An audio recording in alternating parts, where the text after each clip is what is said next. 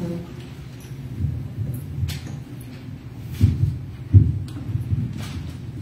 gabi sa tanan. So, ang tanong karon is asa ko ang papel. Adra sa inyong pangputang. Ako pagtapon, I need the every hour.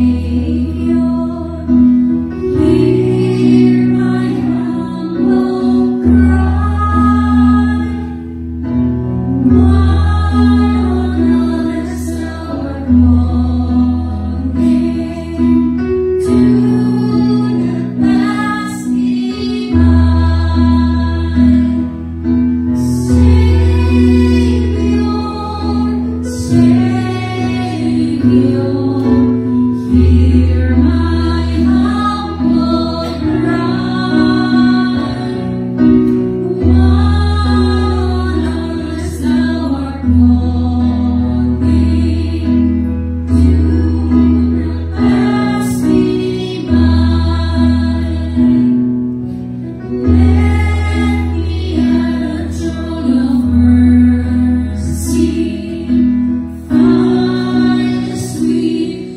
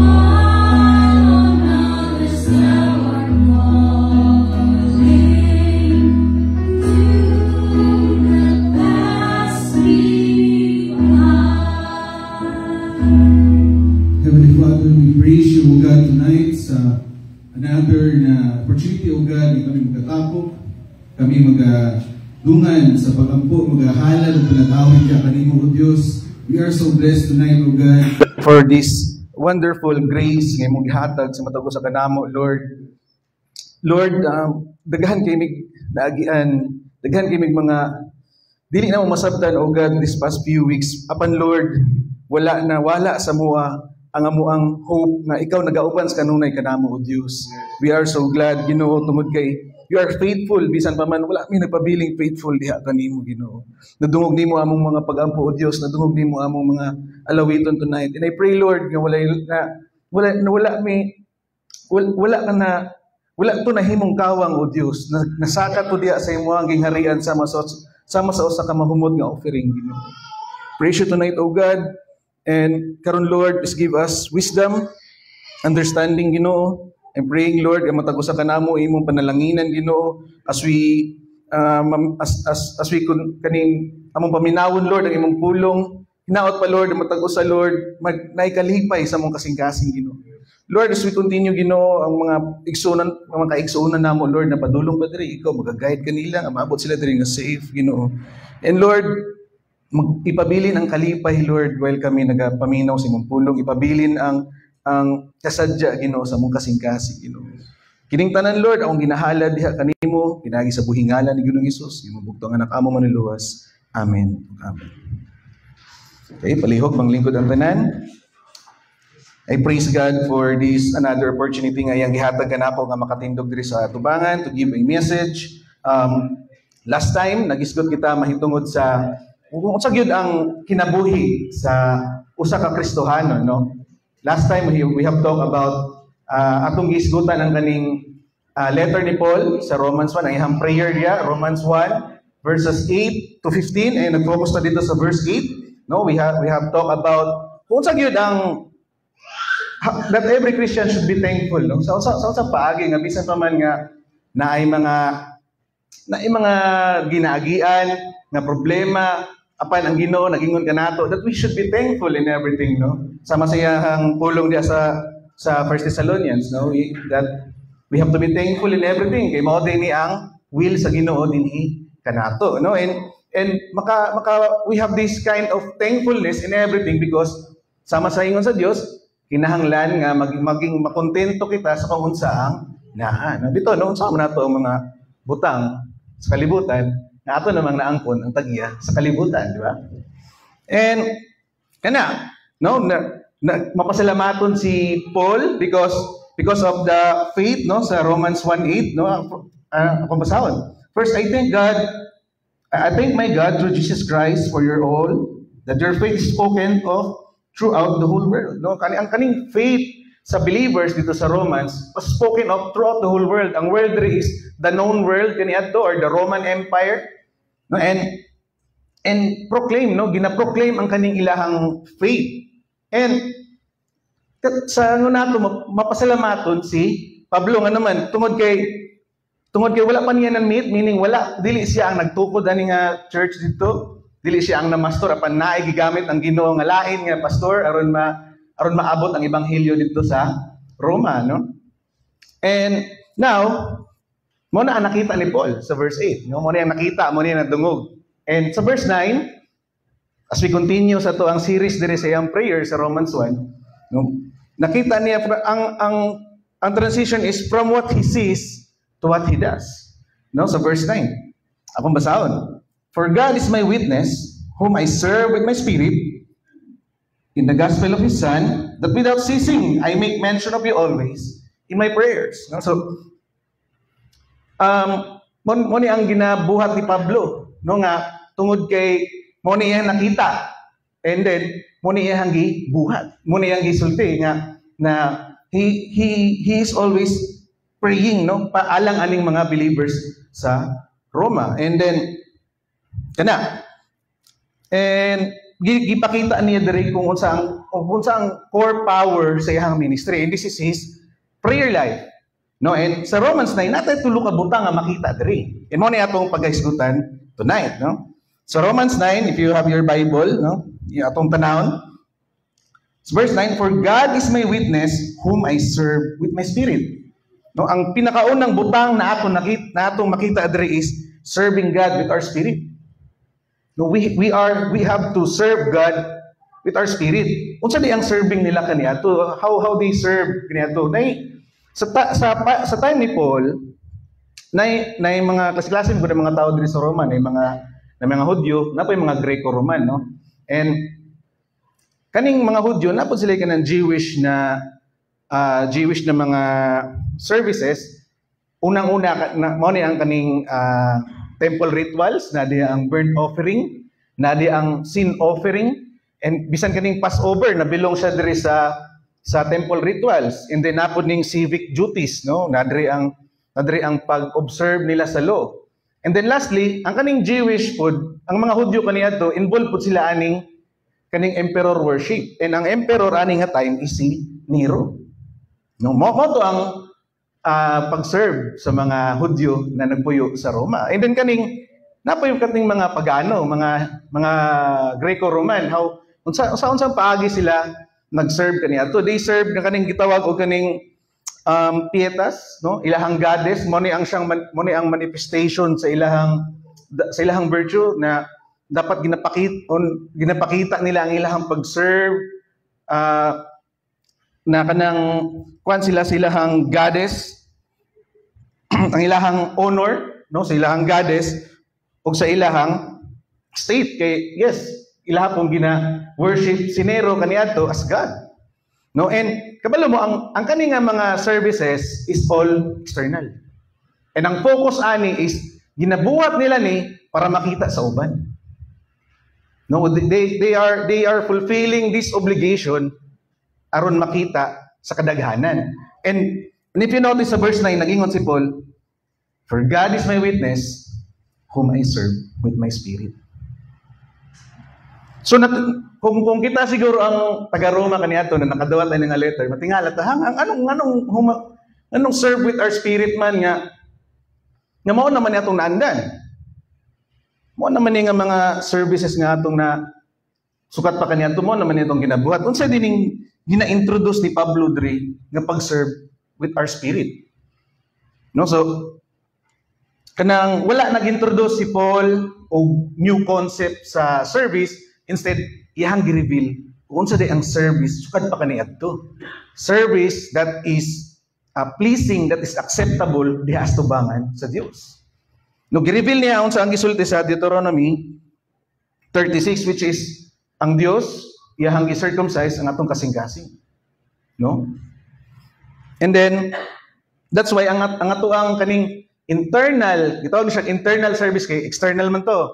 Katong gipangbuhat sa mga Romano, and ang purpose ato, ang focus ato is para makita sa kadaghanan. And then kani nag-isgot si Pablo og serving with the Spirit, with our spirit diha sa Dios. This is our internal devotions diha sa Dios. And kani daw nga service is mo ni ang pleasing, mo ni ang acceptable diha sa Dios, no? So tanawon ninyo whom I serve with my spirit. Wala lang ingon si Pablo nga whom I serve with my hands. Wala siya nang ingon whom I serve with my mouth. But today sa Bethel, we are serving this way, no? Pag mo ingon tag serving with our hands, na diha ang mission trips, na diha ang atong voluntary na pag-join diri sa tuwang mga ministries, no? Paglihok diri sa church, and serving with our mouth, na diha ang evangelism, na diha ang teaching, and sama sa atong ginabuhat today, exhortation, kana we serve God with our mouth. And serving God with our spirit, mao ni ang naga-fuel sa ato ang external nga mga services. Serving God with our spirit, no? So, and mo na makabantay mo nga if you have this kind of spiritual service diha sa Dios, dili mo prone sa mga ma-burnout, dili mo namoy kalipay nga maglihok diri sa church. No, because you have this kind of prayer life, no, internal nga devotion diha sa Dios. No, and ang kaning ato ang serving with our hands, serving with our mouth diha sa Dios. No, maging effective lang ni siya if we have this kind of kaning lifestyle na serving God with our spirit. If we have this internal devotion diha sa Dios, no? And kung wala man good ang kaning kuan, kung wala man good ang Holy Spirit nagdwell sa tuwa, mo na nga kung mulihok ta diri sa church, mag-serve ta diri, feeling nato murag dry ra kaayo. Feeling nato nang murag kuan naman ni murag balik-balik, murag naman tag murag naman ning mechanical ning ngani. Di ba? And then pero ang imong desire is to honor God tungod kay naaning espiritu sa imuha. That's why you have the joy nga mag-serve diri sa church. Nabisan dili na imuhang ministry, ganahan ka mo join ana nga ministry. Di ba? Because you have this kind of spiritual devotion diya sa Dios eh. No, and kaning spiritual devotion nato diya sa Dios, internal relationship nato diya sa Dios, internal service diya sa Dios. This kan mo ni ang kanang powerhouse sa ato ang external services. Power room sa ato ang mga pagpamuhat sa gawas, no? And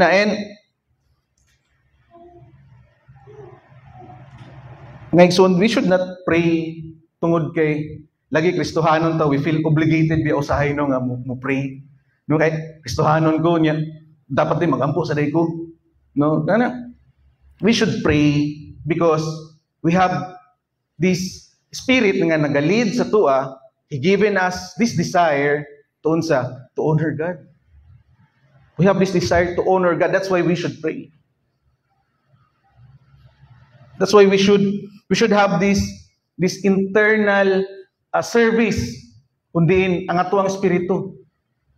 No, internal and kani nga service lang gyud ang pleasing and acceptable diya sa Dios. And ato ang external service maging acceptable but because we have this kind of internal devotion sa Dios. Okay, pero brothers, kuan man kanang di naman usab ang unahuna sa Dios. Di ba? Di naman usab ang unahuna sa Dios. Di ba? Ingon dito sa Isaiah 46, he declares from the beginning unsa mahitabo sa end. Di naman mausab ang unahuna sa Dios. So why we still have to pray? Ngano man? Ato nang maisgutan karon, no? So then, sa tuang second point, no? Sa tuang second point, dapat tayo balik ko na to ang verse 9. Okay? That without ceasing, I make mention of you always in my prayers. Okay, so, without ceasing. This is the power of our persistent prayer. Ang dili na to pag-give up sa tuang mga pag-ampo. No, kung tanaw ninyo ang kahimtang sa una ni Paul, if we talk about ang travel, ang time, slow jud kaayo. No? Kay kung ang kaning letter manggod, gisulat ni Paul sa Corinth.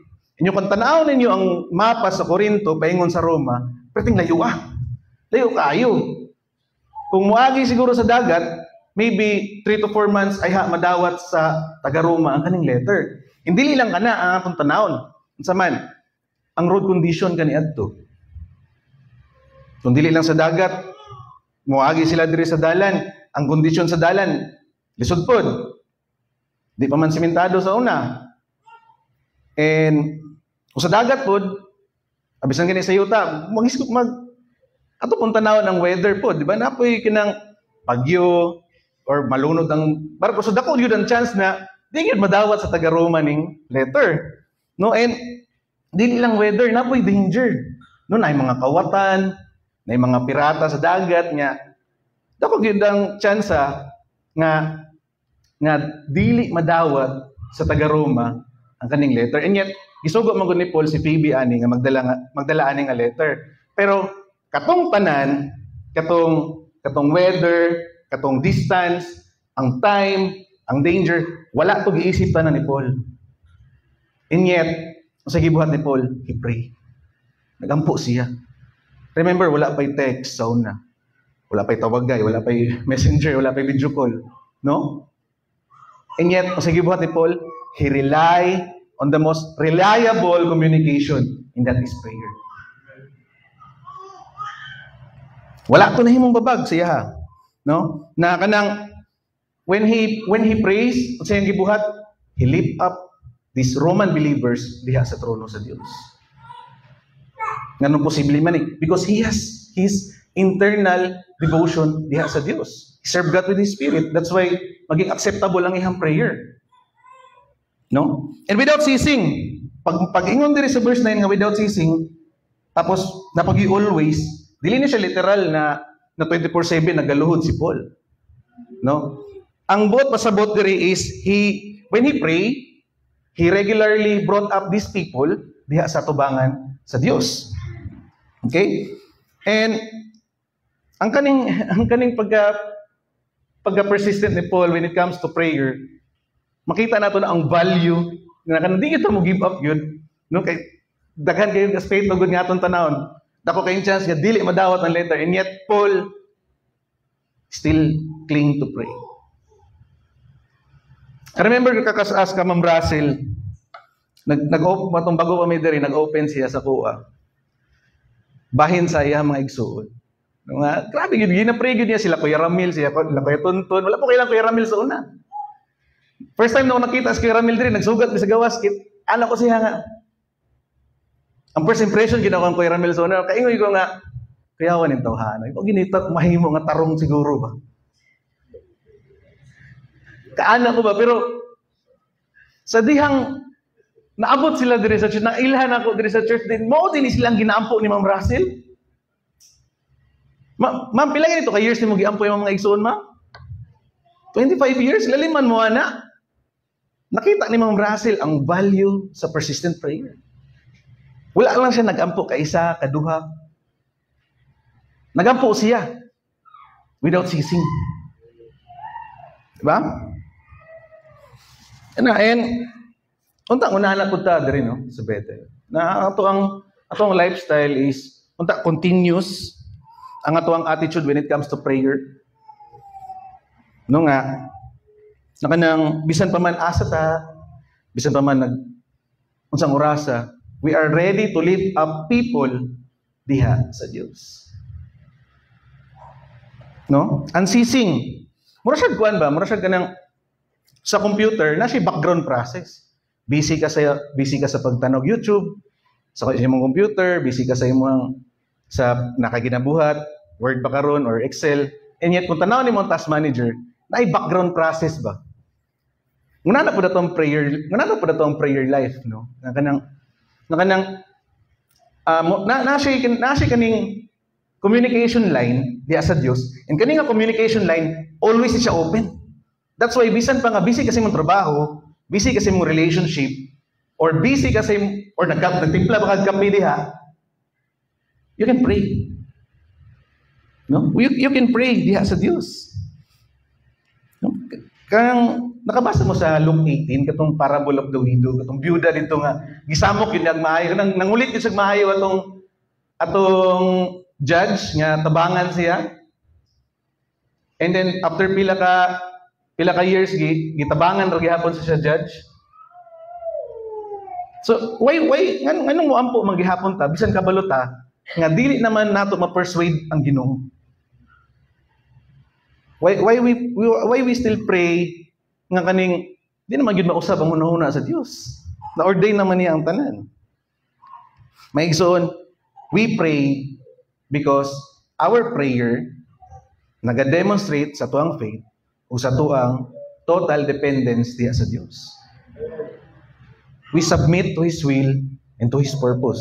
Na atong kinabuhi, because we have this kind of lifestyle na kaning we have this internal devotion diya sa Dios, ang atuang desire na karon is ma-align ta diya sa unsay purpose sa Dios. Di ba? So let us develop this kind of sama ni Paul, sama sa gibuhat ni Ma'am Russell na kanang we have to regularly lift up people diya sa Dios. And when we pray, muna niya, when we pray, dili lang ta moingon nga, Lord, unta lawason nimo ni sikuan, Lord. We also have to pray kung saan situation nga ginaagian nila, kung sila struggles, no? Sige tag-ampo og salvation, unya dili sila ma-add sa church kay live-in pa lang sila. Di ba? We also have to include situations, not just people. Di ba nguna naman ta diri sa church, no? Magampo ta. We are lifting up names and also situation anang tawhana kung sa ginaagian na niya. No, so we have to pray for a specific person kung sa iyang specific need.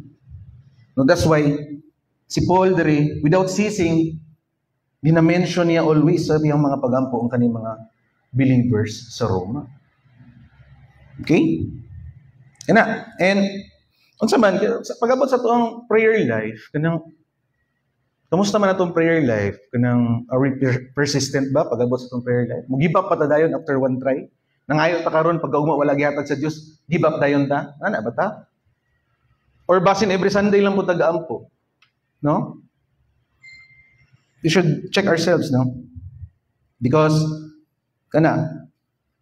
we have to regularly we should have this kind of lifestyle kundiin nakakita ka ng internal devotion diya sa Diyos.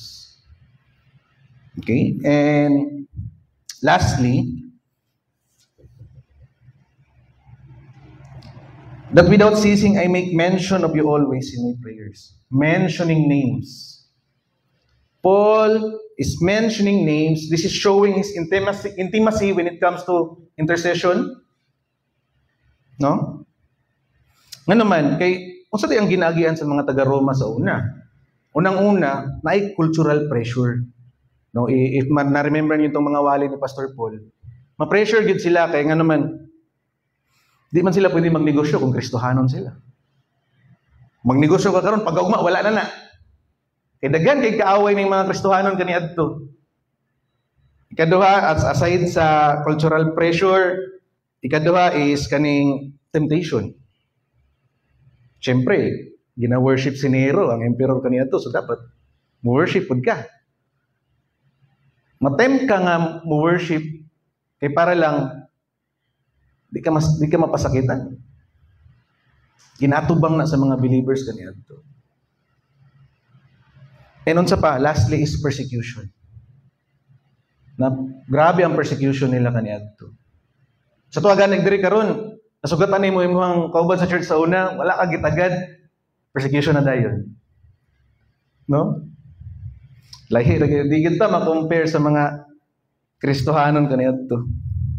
No, and yeah, cultural pressure kanang dapat mo participate gid sila og ang business man gud sa una, connected siya sa gods and goddesses, no? Sa mga pagan rituals muna na and kaning pag-abot na po sa church, si Paul nganong always ginaampo ni Paul tungod kay 7 years before before nasulat ni Paul ang kaning letter, namang ginahitabo kaniadto.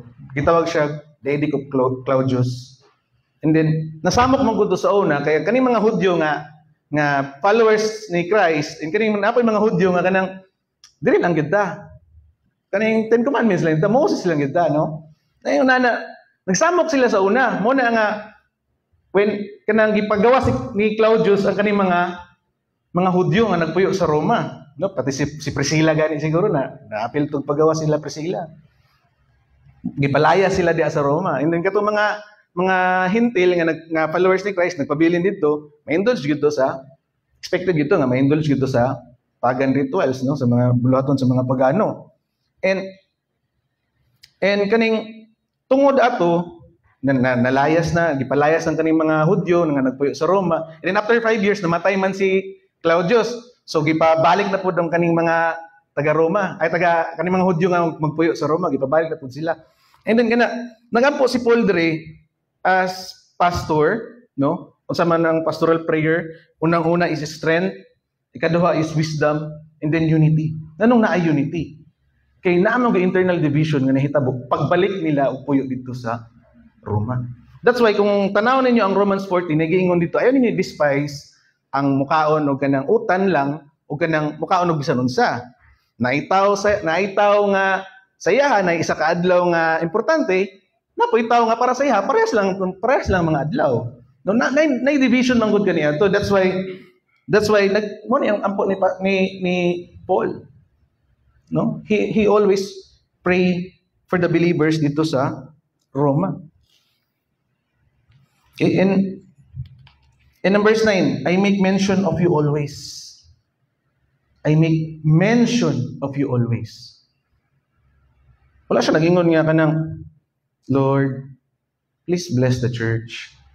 Actually, good prayer yun ng bless the church, but mas maayo yun na i-mention nimo ang kaning specific na tao sa kung saan man galing ang iyang specific na ginaagian, di ba?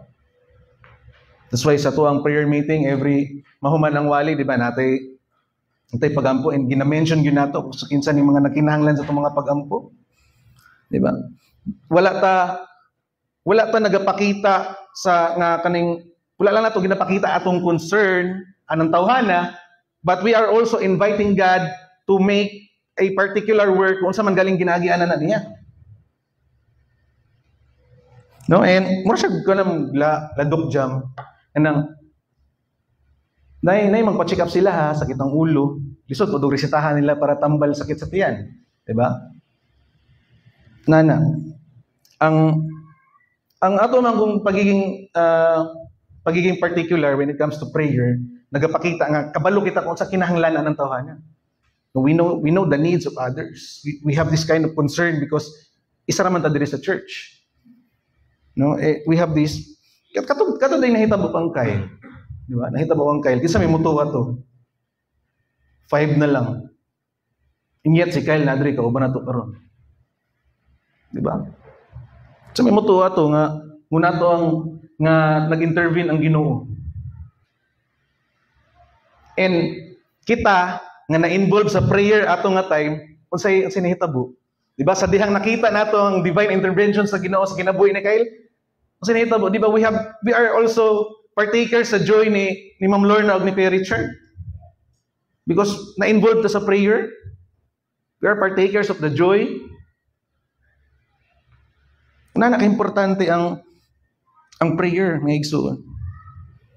Dili lang joy ang atong nabatian kaniadto, but bisan pa man karon we have this story to tell sa bisan kinsa ato masugatan nga ngunani among Dios ang kinalagaran, ngunani siya ka-faithful. No? Praise God niya na. And diri ko magtapos, no? Kaning pagiging particular ni Paul sa iyang prayer, unta maging example na diri sa tuwa. No, nga kanang kato dili lang ta mag-pray para sa dili lang nato i-mention iyang name, but we have to also pray kung sa man galing ang situation na ginaagianan niya, basig na siya problema sa iyang relationship, no? Basig na siya problema sa iyang career or financial, napayuban nga financial, di na makasimba og Sunday. No? Kay naiginagian. No? And ang ato ang generic prayer, mahimo siyang intimate intercession. Okay? Because we have led by the Spirit. And karon mga igsoon, sa akong pagtapos, na ako'y ikabilin sa inyo, na ako'y challenge sa inyo mga igsoon. Kabalo ko nga matag-usa kaninyo diri, dili lang siguro ako, siguro matag-usa kaninyo diri na isa ka tao na gusto nila i-appeal sila, gusto nila i-pray gyud, no? Will you commit to pray for that person? Dili lang tonight, but every single day. And lastly, will you serve God with your spirit? Not just by your hands or your mouth, but with your spirit. Dalay ko ng Diyos sa iyahang mensahe tonight. I pray kitang tanan nadasig. No? Dalay ko ng Diyos. Akong ihatag kay Brother Mix.